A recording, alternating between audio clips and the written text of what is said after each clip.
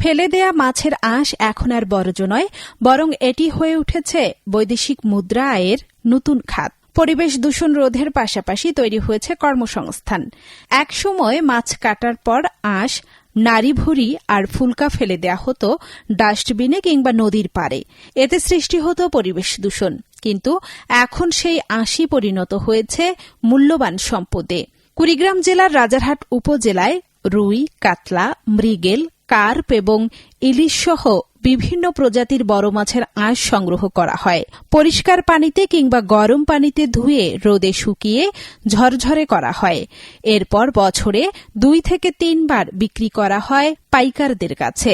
প্রতিমণ আঁশ বিক্রি হচ্ছে 2 থেকে 4 হাজার টাকায়, আর শুকনা আঁশ প্রতি কেজি বিক্রি হচ্ছে 60 থেকে 80 টাকায়।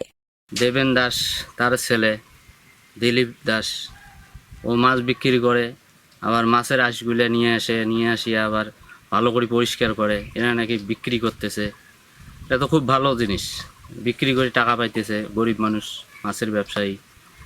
এই ধরনের আরও যদি লোকজন এই উদ্যোগে মনে করেন এটাতে প্রাধান্য দিয়ে কাজটা করে, মোটামুটি আমাদের গরিব মানুষের জন্য খুব ভালো হবে। মাছ ব্যবসায়ী তারাও ভালো চলতে পারে।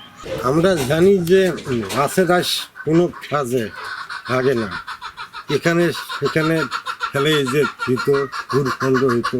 এইভাবে যে আমাদের পাশের একটা ভাই দিলীপ নাম, উনি আর কি এই আঁশগুলো আর কি সংগ্রহ হতেছে। ভাই আমরা মাছ বিক্রি করি, বড় বড় মাছ কাটি, সেগুলো দিলীপকে দিই। দিলীপ বাড়িতে এসে নিয়ে শুকিয়ে পরিষ্কার করে বিক্রি করে। শুধু আঁশ নয়, মাছের নাড়িভুড়িও বিক্রি হচ্ছে মাছ ও পোলট্রির খাদ্য হিসেবে।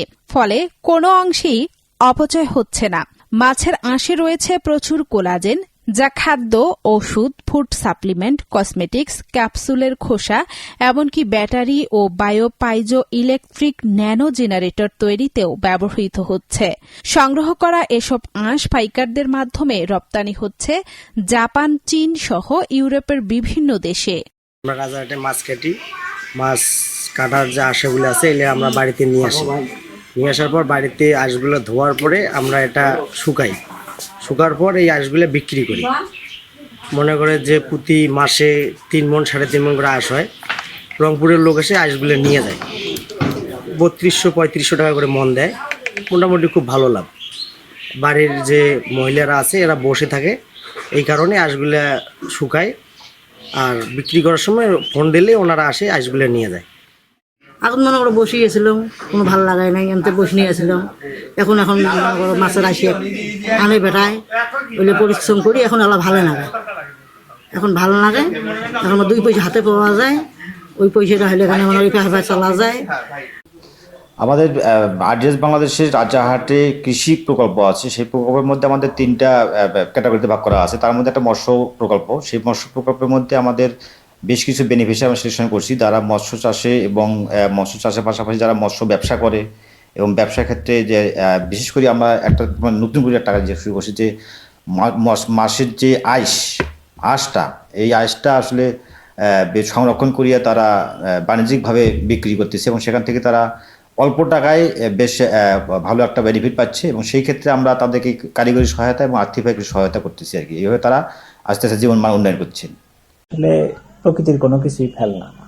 আর আইস রপ্তানি বা এটা কালেকশনের বিষয়টা আগে থেকেও ছিল, কিন্তু ইদানিং সকলের নজরে আসছে, কারণ এই আইসের অপার সম্ভাবনা আছে। এটা একদিক দিয়ে আমাদের ঔষধ শিল্পে কাজে লাগে, আর একদিক দিয়ে বিভিন্ন কেমিক্যাল ফ্যাক্টরি উপজাত হিসাবে কসমেটিক্স ফ্যাক্টরিতে কাজে লাগে। অধিকন্তু এরপর যেটা বেশি জরুরি না, সেগুলো মাছের আমার বিভিন্ন উপজাত হিসাবে মাছের খাবার, পোল্ট্রি খাবারে ব্যবহৃত হয়। বিগত কয়েক বছরে এই মাছের আঁশ রপ্তানি করে বাংলাদেশ প্রায় অন এভারেজে প্রতি বছর 100 কোটি টাকার উপরে বৈদেশিক মুদ্রা নিয়ে আসছে, এবং সামনের দিনগুলোতে এটা উত্তরোত্তর আরো বাড়বে।